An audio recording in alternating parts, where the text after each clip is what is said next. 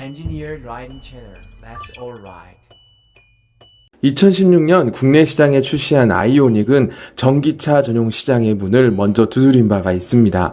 아이오닉 전용 플랫폼을 기반으로 하이브리드, 전기차, 플러그인 하이브리드까지 세 가지 종류의 아이오닉을 선보였습니다. 현대자동차는 아이오닉이 앞으로 차세대 이동수단을 지향하는 미래 모빌리티의 시작이자 현대자동차의 미래를 책임질 주력 차종이라고 설명을 했습니다. 하지만 전기차 시장은 꾸준히 상승함에도 아이오닉의 인기는 다소 부진한 모습을 보이기도 했습니다.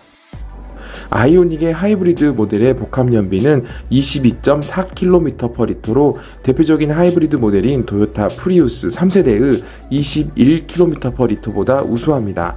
게다가 가격은 세금 혜택을 포함해서 2,290만원에서 2,790만원 선으로 다소 합리적이었지만 아반떼 풀옵션과 비교하는 소비자들의 보수적인 성향으로 인해 큰 빛을 보진 못했습니다. 하지만 단순히 자동차의 이름이었던 아이오닉의 의미는 전기차 전용 브랜드로 더욱 확장될 것으로 보입니다.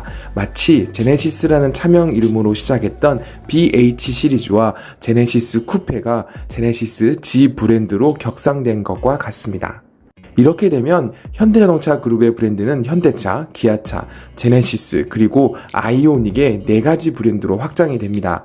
짝수는 세단, 홀수는 SUV로 제네시스의 G 라인에 이어 아이오닉은 Q 라인의 코드명을 적용할 것으로 보입니다. 가장 먼저 선보일 모델은 아이오닉 5로 폰이 45 컨셉으로 선보였던 준중형 CUV입니다.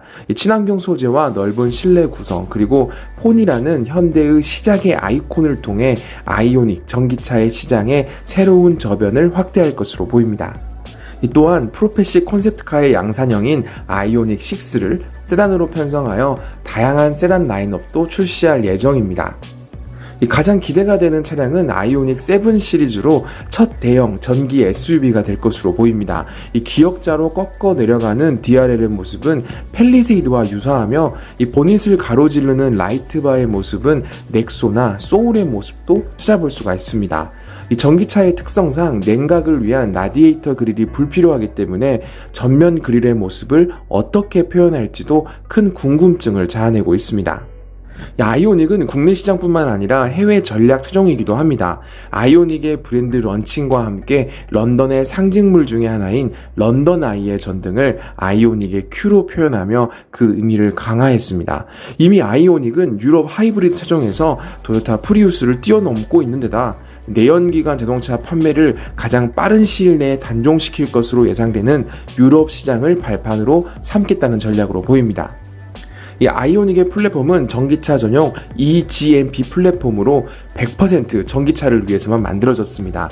배터리를 낮게 깔고 앞뒤 오버행이 줄어들면서 실내가 넓어지는 특징을 가졌으며 이후 아이오닉 5에 이어 모든 아이오닉 시리즈에 적용될 예정입니다.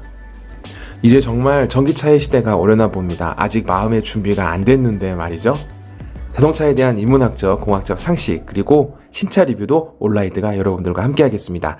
영상이 유익했다면 구독과 좋아요 부탁드립니다.